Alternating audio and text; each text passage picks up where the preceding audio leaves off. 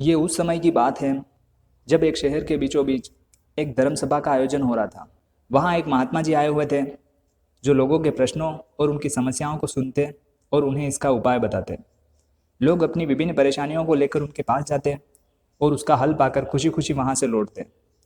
जिस जगह इस धर्म सभा का आयोजन हो रहा था उसी सड़क के किनारे एक गरीब व्यक्ति बैठा रहता जो उस सभा में आने वाले लोगों से भीख मांगता और उन्हें देखता रहता। उसे बड़ा आश्चर्य होता कि लोग अंदर तो बड़े दुखी होकर जाते लेकिन जब वापस आते तो बड़े खुश और प्रसन्न दिखाई देते।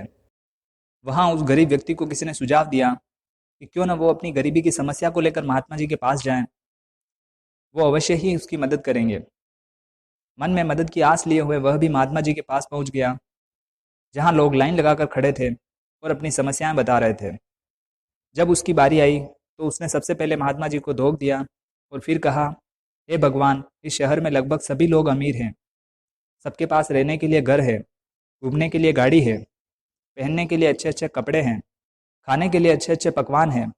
सभी लोग खुश और समृद्ध हैं, फिर मैं ही क्यों गरीब हूँ। इस पर महात्मा जी ने मुस्कुराते हुए कहा, तुम गरीब और निर्धन इसलिए हो क्योंकि तुमने आज तक किसी को कुछ दिया ही नहीं। महात्मा जी की ये बात सुनकर उस गरीब व्यक्ति को बड़ा आश्चर्य हुआ। वो बोला, हे प्रभु, मेरे पास है ही क्या भला दूसरों को देने के लिए। मेरा तो खुद का गुजारा बड़ी मुश्किल से हो पाता है।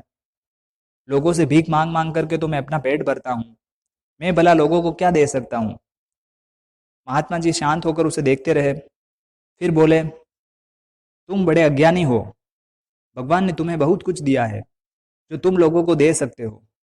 भगवान ने तुम्हें इतनी अच्छी मुस्कुराहट दी है जिससे तुम लोगों के चेहरे पर मुस्कान ला सकते हो। मुंह दिया है ताकि लोगों से मीठे शब्द बोल सकते हो, उनकी प्रशंसा कर सकते हो। दो हाथ दिए हैं जिससे तुम लोगों की मदद कर सकते हो। भगवान ने जिसको ये अमूल्य चीज़ें दी है वह कभी गरीब और निर्धन हो ही नहीं सकता। गरीब सिर्फ व्यक्ति की सोच होती है। अपने दिमाग और अपने मन से इस गरीबी के भ्रम को निकाल दो। कभी भी अपने दिमाग में गरीबी का विचार ना आने दो। गरीबी अपने आप दूर हो जाएगी। महात्मा जी का उत्तर सुनकर उस गरीब आदमी की सोच बढ़ी और उसने इस उपाय को अपने जीवन में उतारा, जिससे वह फिर कभी गरीबी की वजह से दुखी नहीं हुआ। वह महात्मा जी के साथ रहकर उनकी और उनके यहाँ आने वाले लोगों की सेवा में लग गया और प्रभु भक्ति के साथ अपने जीवन को खुशहाल बना दिया। सच में गरीबी सिर्फ हमारी सोच में होती है। जब हम अपनी सोच बदलते हैं और कुछ करने की ठानते हैं तब रास्ते खुद ब खुद बनने लगते हैं।